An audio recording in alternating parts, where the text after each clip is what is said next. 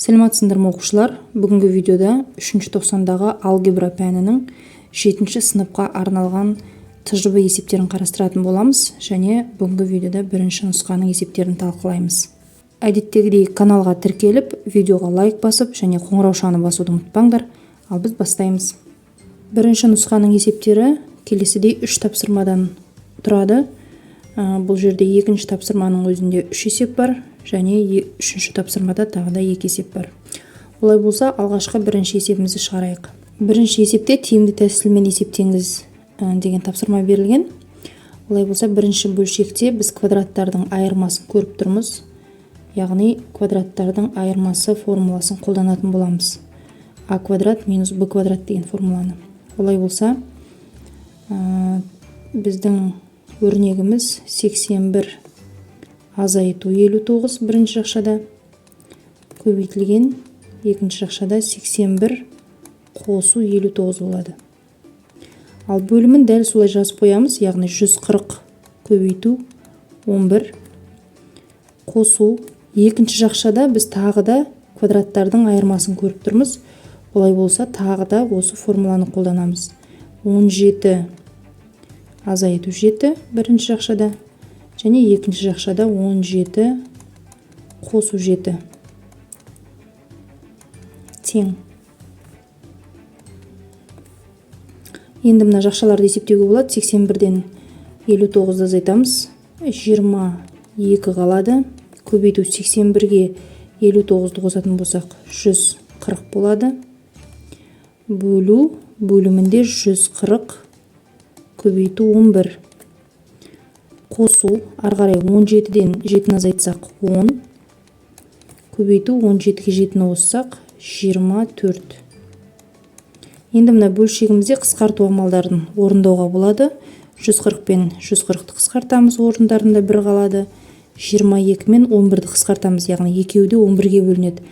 11-дің орнында 1 қалады, 22-дің орнында 2 қалады.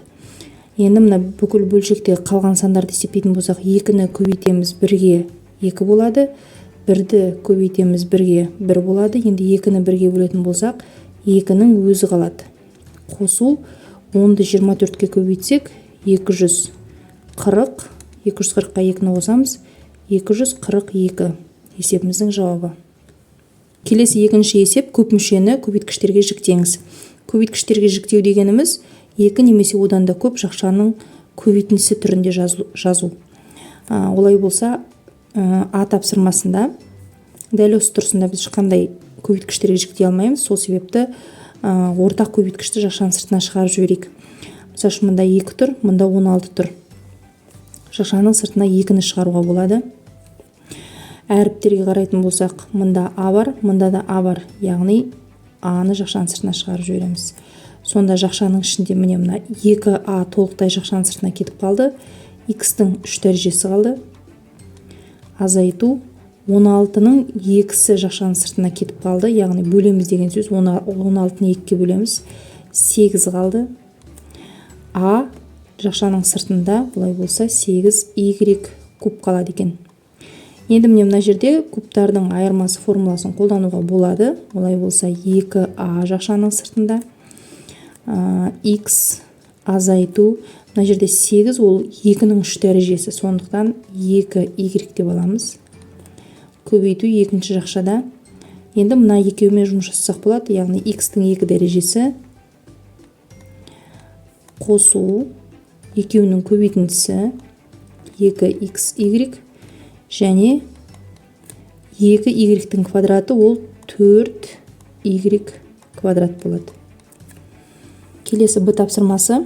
Бұл жерде y квадрат, азайту 10y және 25, осы үшеуін пайдаланып қысқаша көбейту формуласын қолданатын боламыз. Олай болса, бұл бізде мынау y-тің квадраты, а мына 25 дегеніміз ол 5-тің квадраты. Ал мына жерде 2 мен 5-тің көбейтіндісі 10-ды беріп тұр. Олай болса, y азайту 5-тің 2 дәрежесі деген сөз. Қайтадан ашатын болсақ, дәл осы өрнек пайда болады. Ары қарай. Енді мына минус 3xy және қосу 15x екеуінен дәл осындай жақша шығаруымыз керек. Олай болса, мына y қалу керек, онда минус 3x-ті жақшаның сыртына шығаруымыз керек деген сөз. шығарып тастаймыз. Жақшаның ішінде y қалады. Плюс 15x-тен минус 3x-ті жақшаның сыртына шығаратын болса, онда минус 5 қалады. Мінеки екі бірдей жақша пайда болды. Осыдан y азайту 5-ті жақшаның сыртына шығарып жіберейік.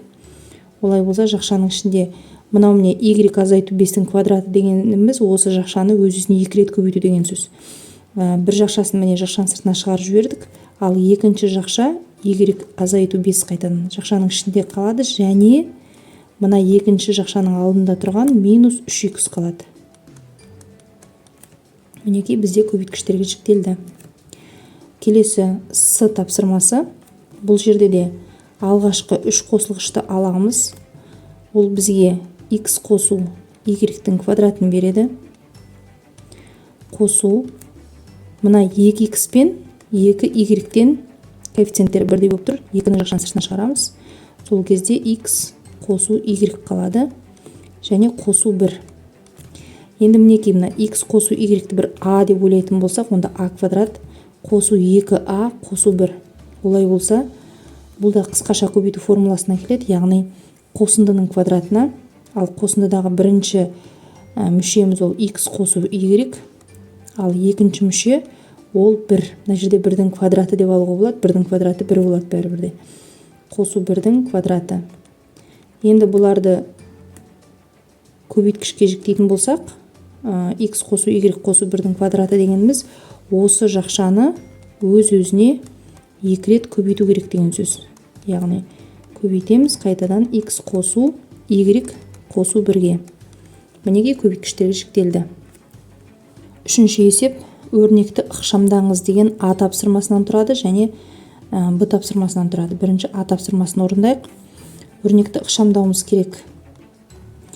Бұл өрнекті ықшамдау үшін міне бірдей жақшаны көріп тұрмыз, x қосу 2 және x қосу 2. Осыны жақшаның сыртына шығарып жіберейік. Олай болса, x қосу 2. Ал келесі жақшада міне мына жақша қалады толықтай.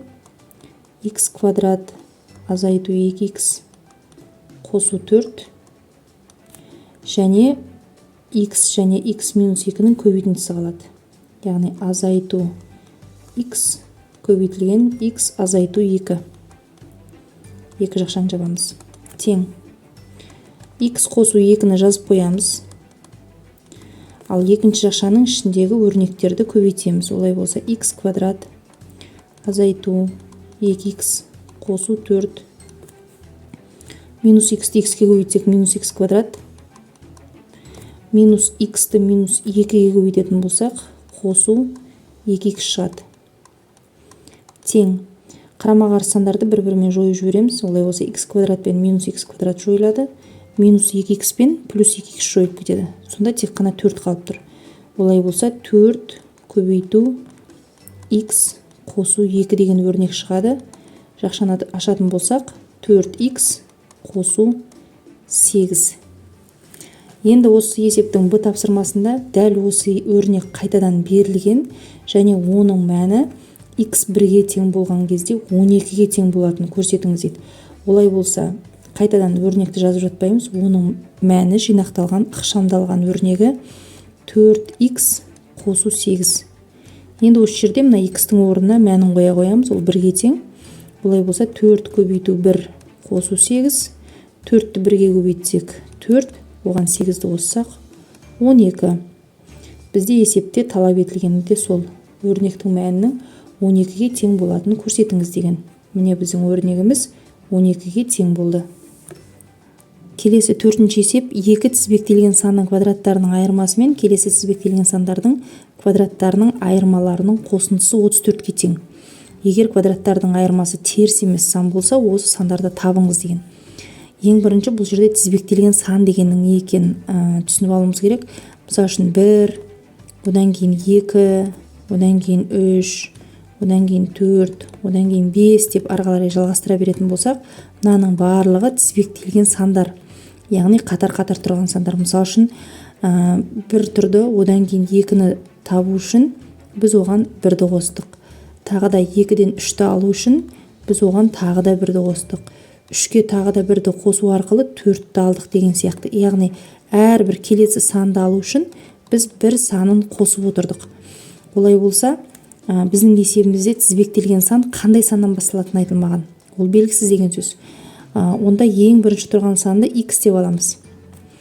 X деп алсақ, онда екінші тұрған санымыз ол x қосу 1 болады. Өйткені бағана біз айтқанбыз, бірінші тұрған санға 1-ді қоссақ, сол кезде екінші сан шығады дегенбіз.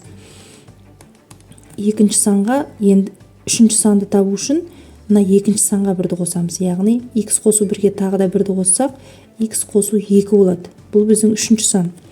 Ал төртінші санымыз x қосу 3 болады. Яғни бір саннан қосыла береді. Ары қарай бесінші санымыз x қосу 4 болады және тағы сол сияқты. Енді есептің шартына сәйкес екі тізбектелген санның квадраттарының айырмасы дейді. Мінекей, алғашқы екі тізбектелген сан және олардың квадраттарының айырмасы. X-тің квадраты азайту x қосу 1-дің квадраты. Міне жаздық. Келесі тізбектелген сандардың квадраттарының айырмаларының дейді. Келесі тізбектелген сан ол бізде x қосу 2-ның квадраты азайту, одан кейінгі сан x қосу 3-дің квадраты. Міне осы екі квадраттардың айырмаларының қосындысы, яғни бұларды қосамыз бір-біріне, 34-ге тең екен. Осы сандарды табу керек. Олай болса, кәдімгі теңдеуді шешеміз. Мына жердегі қосындының квадраты формуласын пайдалану арқылы жақшаларды ашамыз. Онда кеттік. X-тің квадраты азайту, әзірше жақшаға жасайын, өйткені алдындағы таңбасы минус. X квадрат қосу 2x қосу 1. Келесі жақша x қосу 2-ның квадратын табамыз. X квадрат қосу 4x қосу 4. Азайту қайтадан. Соңғы жақшамыз x қосу 3-дің квадраты ол x квадрат қосу 6x қосу 9. Осының барлығы тең 34-ге. Енді жақшаларды ашайық. X квадрат азайту x квадрат азайту 2x барлығы азайту болып жатыр, себебі жақшаның сыртында минус тұр. Ал жақшаның сыртында тұрған минус жақшаның ішіндегі тұрған өрнектердің барлығының таңбасын қарама-қарсыға ауыстырады. Мінекей, мысалы үшін плюс 1 болып тұр, енді ол минус 1 болады. Ал жақшаның сыртында плюс тұрса, ол жақшаның ішіндегі өрнектерді өзгертпейді. Дәл сол қалпында жазылады, яғни қосу x-тің квадраты қосу 4x қосу 4. Енді соңғы жақшамыз бұл жерде енді таңба қарама-қарсыға ауысады. Минус x-тің квадраты минус 6x азайту 9 тең 34. Жойылатындарды жойып жібереміз, яғни x квадрат пен минус x квадрат жойылады. Тағы да бір x квадрат пен минус x квадрат жойылады. Қалғаны болған сияқты. Енді x бар сандарды жинақтаймыз. Ол минус 2x қосу 4x минус 6x. Минус 2-ге минус 6x қоссақ, онда минус 8x болады. Оған плюс 4x, ол минус 4x болады. Енді x жоқ сандарды алатын болсақ, ол 1, минус 1, минус 9 және 4. Бұларды есептесек, минус 1 мен минус 9 ол минус 10-ға тең. Оған 4-ті қосатын болсақ, минус 6 болады. Тең 34. Минус 4x тауып алатын болсақ, мына минус 6 теңдіктің екінші жағына плюс болып барады, яғни 34-ге 6-ны қосамыз. 40, осыдан x-міз тең минус 10-ға. Енді біздің мына сандарымызды жазамыз. Бірінші сан ол x еді, яғни ол минус 10-ға тең. Екінші санымыз x қосу 1 еді. Міне мына жерде біз жазып кеткен болатынбыз бүкіл сандарымызда. Соған қойып жатырмыз. X-тің орнына минус 10-ды қоятын болсақ, минус 10 қосу 1, ол тең минус 9-ға. Үшіншісі x қосу 2, тағы да x-тің орнына минус 10-ды қоямыз. Минус 10 қосу 2, ол минус 8-ге тең екен. Және соңғы төртінші санымыз x қосу 3 еді. X-тің орнына минус 10-ды қоямыз. Қосу 3 тең минус 10 қосу 3, ол минус 7-ге тең. Сонда есебіміздің жауабы бізге сандарды табыңдар делінген. Онда біздің сандарымыз минус 10, минус 9, минус 8 және минус 7 екен. Бүгінге осымен барлық есептеріміз аяқталды. Видео ұнаса міндетті түрде лайк басыңдар, комментарий жазыңдар. Сонымен қатар осы видеоны достарыңа жіберуді ұмытпаңдар. Ал мен сендермен келесі видеоға дейін қоштасамын. Сау саламатта болыңдар. Сендермен болған Айнұр апай, оңай математика каналы.